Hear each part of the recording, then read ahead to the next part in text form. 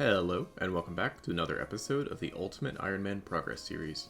On the last episode, I got quite a bit of mining done, as I played this account in the background during hardcore bingo. And it feels kind of surreal to say this, but I think we finally have enough crafting materials to get level 85 crafting, which has been our goal for quite a while now.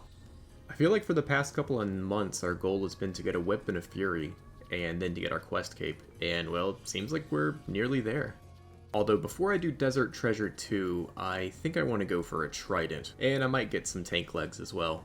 So yeah, it's kind of surreal, but we're going to finally upgrade our next slot for the first time in over a year now. With all that said, let's go Death Pile and get started cutting gems. Well, I'm putting away the samurai shirt knowing full well that the likelihood of me ever taking it back out is very, very low. I don't see myself finishing this set at all. It's not very useful, but it is very cool looking. Jagex, on the off chance you hear this, for Raids 4, we want Weeb armor.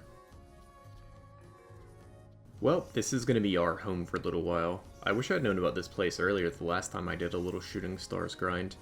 I can unnode at Arnold, and I can sell them, which is a lot quicker than dropping. Oh wait, before we get started, let's set up a tracker. There we go. Now we'll know exactly how much XP we got from that Shooting Star grind.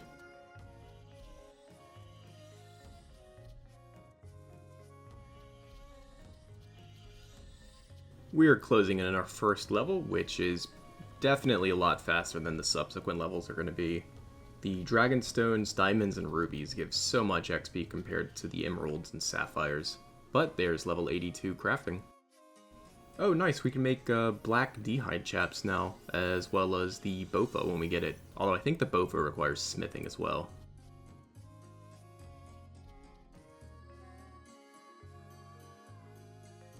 Yeah, it needs 82, which is okay because we'll definitely need to get that level for the Lumbridge Elite Diary. Yeah, I was right about the slower XP rates. 67 versus 85 and over 100 XP per item cut is way slower. There we go, level 83 crafting. We can now make black D'hide shields, which might be useful for that 181 range bonus clue step. Level 84 crafting, just one more to go, and we are running out of emeralds. But we're gonna have enough to overshoot the level. And there we go, level 85 crafting. I almost missed this clip, but we can now make amethyst arrow tips, nice. Oh yeah, you have to boost. So yeah, we're gonna have to get a +5 boost to make the Fury. That might take a while, because I just realized I have a kitten and not a cat, because I went a little too AFK last time I was boosting and let my cat die. I'm a horrible person. So yeah, we're gonna use the rest of these uncut sapphires and see how much XP we get. And we're down to our final sapphires. I had thought about using these at the Tazar shop to get some tackle, but I have plenty of GP, so I'm just going to use GP to buy Chaos Runes. But yeah, the whole Motherlode mine, the Shooting Star grind got us 1.1 million crafting XP, as well as a negligible amount of crafting XP from the gems that came out of the stars. I guess there's no getting around it. We are going to finally upgrade this Amulet of Glory. Alright, I did remember the Karamja gloves, which gives you a better price. I don't think this is enough Chaos Runes, but this is just what I had in my looting bag.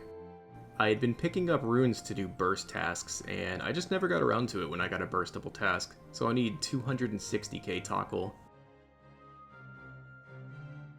Oh yeah, why was I trying to sell runes to the gem shop?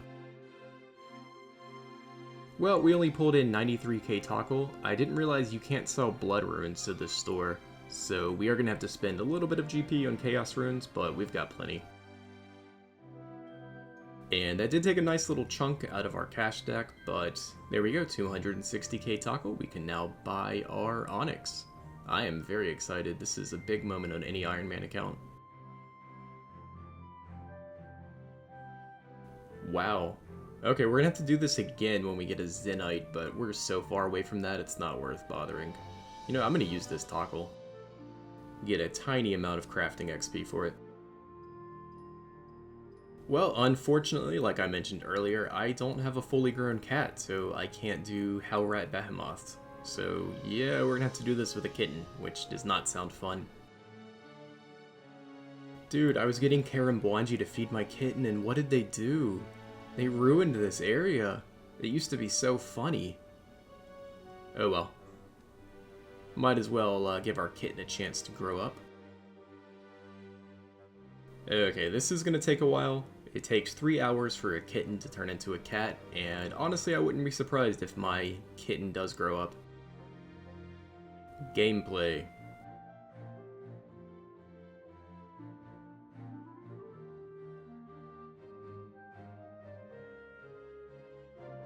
Okay, obviously I'm not expecting to get the boost easily, but it really hurts when you get like a +4.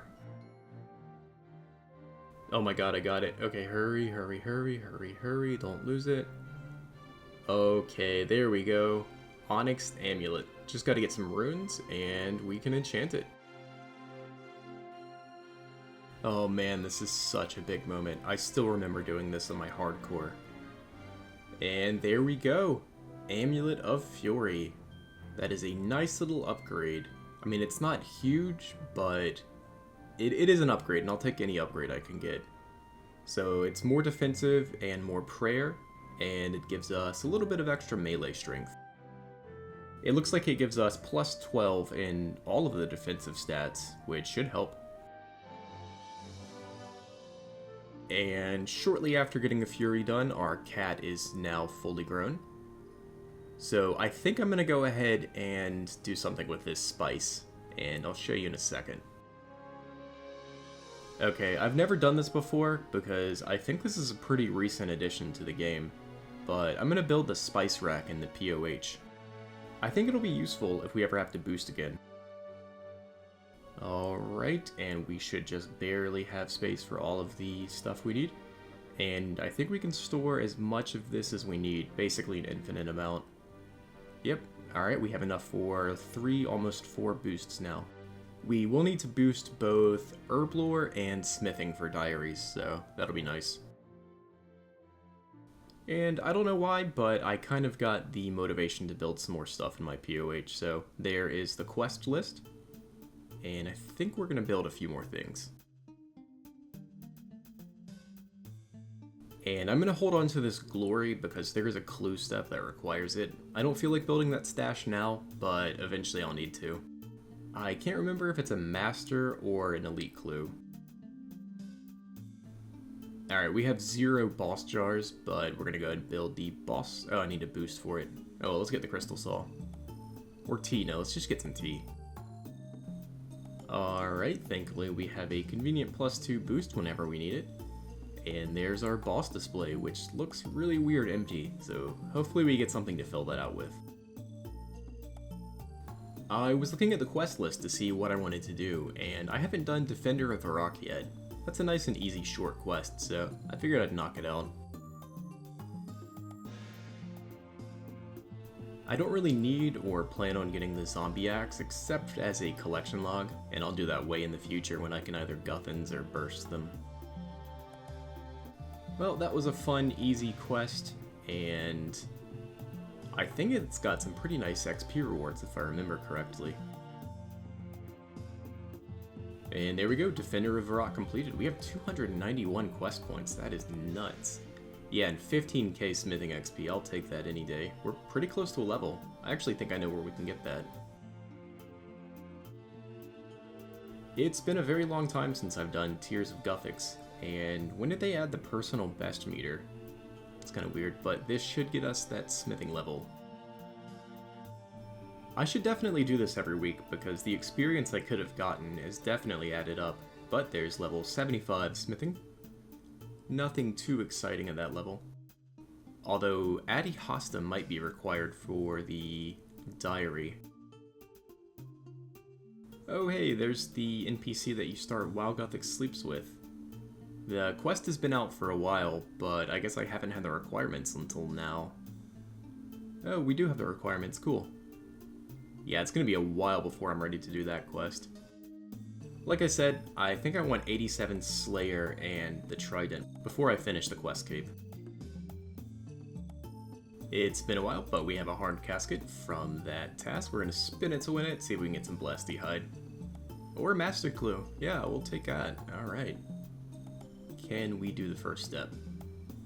We can. That is kind of an annoying one, but okay. And sadly, this is where the Master Clue comes to an end. Eventually, I will have flared trousers, so... Alright, so ignore the Warrior Ring. I do plan on upgrading that. This is our current melee setup. Pretty nice, actually. And I think that'll do for Vardorvis. So I think once I have a Trident, I'm finally ready to do Desert Treasure 2. And this is our first superior creature in a while. And I just realized that it's going to lock us into finishing a totem. Oh well, nice little Slayer XP drop. I don't even know if I want the Imbued Heart. Maybe if I say that enough, it'll give it to me. I mean, I joke, but back when Demon Souls came out in the PS3, we were all convinced that it had a desire sensor. I love Blood Velts. This is such a nice task. It's nice combat XP, better than crabbing, I think. Because you're getting your combats up and your Slayer up at the same time. And it's nice and AFK, so there's a lot to love there. But there is level 86 Slayer, only one more level to go until we can get our Trident. I don't think 86 unlocks anything. Yeah, nothing between 86 and 87, or 85 and 87. And that is where I'm going to call it for this episode. I can't believe we finally have our Fury. I feel like I've been saying that Whip and Fury are my goal for the longest time now. And honestly, I don't know what to do now. I've been saying that 87, Trident, and the Quest Cape are my new goals, but I think I have a shorter term goal. I think I'd like to finally replace the Warrior Ring I've been wearing for a while. So if I manage to get a Dagannoth task on my way to 87 Slayer, I think I'm going to go down and safe spot some more wrecks. I think it's pretty likely that I get a Dagannoth task though, because Duradel seems to love doing them. I think that'll be not a huge upgrade, but kind of like the Fury, it is symbolic. We're kind of moving through the mid-game. And I'll definitely want the Berserker Ring before I dip my toes into PVM. With all that said, there should be more videos coming out on my Iron Man. I want to start doing some more PVM on that account as well, because just maxing is kind of getting me burnt out. Well, I hope you've enjoyed this episode, and I can't wait to see you in the next one. Bye.